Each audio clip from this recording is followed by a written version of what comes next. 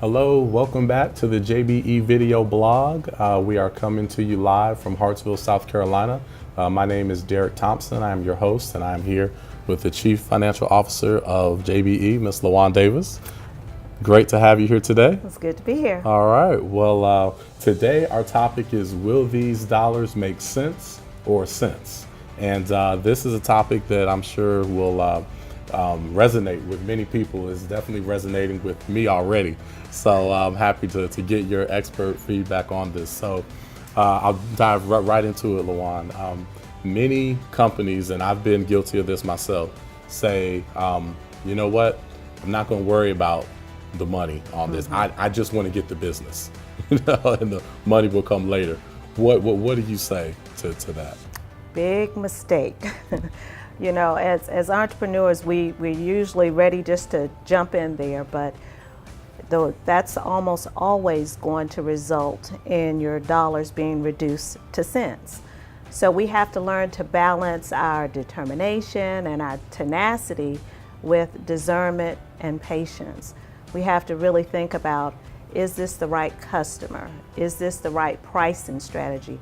Is this just the right fit for our company? And once we've checked all of those answers, then we can decide to move on with the business. Do you feel that, you know, by sometimes just being so, you know, wanting to get the business so bad that, and not by not putting the right price tag on it, that we devalue our business and kind of put ourselves behind from the very beginning, so to speak? Absolutely, and a lot of times the customer senses that. Right. They equate value with price sometimes, Right. And so we want to make sure that we're not devaluing ourselves. We have to understand our worth, and in order to stay in business long term, you have to put the right price on it. So, LaJuan, you know, there are some companies out there that we all want to attach ourselves to, right? I'm not going to name any particular company names, but we feel like, wow, if we can just get our foot in the door with company, you know, Y, and everybody knows that we do business with them, that's just going to catapult us. Are there situations where it's worth kind of, you know, not worrying about profit and money just to have your company associated with another company? Well, Derek, I actually understand as an entrepreneur how exciting it could be to think about the possibility of landing a contract with a major client. But we really have to take our time and consider, what do we know about the payment practices of the potential customer? You could invoice them net 30, and that can become net 90, or even worse, net never. And that can bankrupt a company. So I would recommend that we slow down, take the time to do our research to see if this customer is one that regularly pays according to negotiated pay terms. Okay. How do you prevent the dreaded net 90 terms?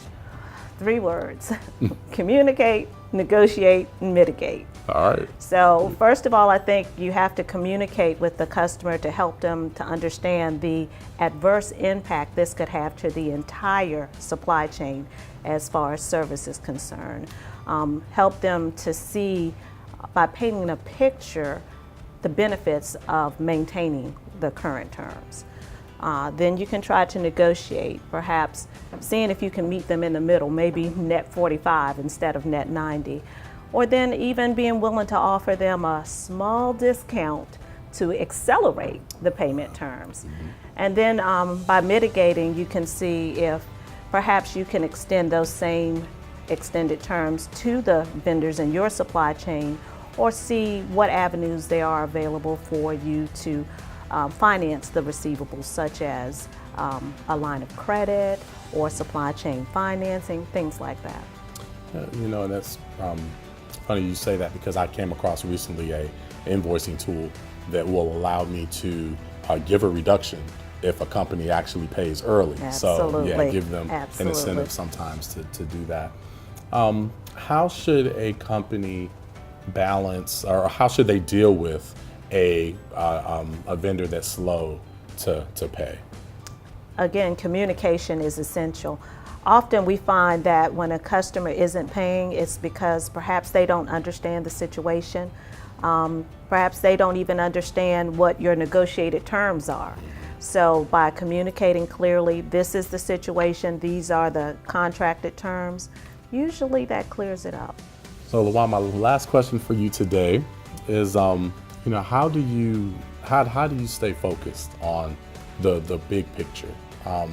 By yourself being the CFO, I know firsthand that you are focused on the big picture, making sure the company's, going the right direction, and, you don't get too caught up on short term. Obviously, short term wins leads to long term gains, but I know myself, sometimes I get too focused on the short term, and I wasn't now. Yeah, how do you do? Is there anything that you do mentally or that you have to kind of remind yourself of to stay focused on the big picture? Try to remind myself to remain humble, to remember that our mission is not to make a name, it's to make a difference. And so I try to make sure that we're productive. I try to make sure we stay efficient. I try to make sure we continue to show our integrity in everything that we do, whether it's dealing with our customers or dealing with our employees, just making sure I stay focused on making a difference. I may borrow that quote from, if you don't mind. Don't worry about making a name, focus on making a difference. I like that, that's solid. Well, thank you so much for your time today. I know you're extremely busy. We look forward to having you again soon for another topic. Okay. And we will continue to bring insightful information for small businesses and entrepreneurs out there. So thank you for visiting us today, and we'll see you again next time. Be sure to visit us online at jbeinc.net for more topics and to schedule a tour. Thank you.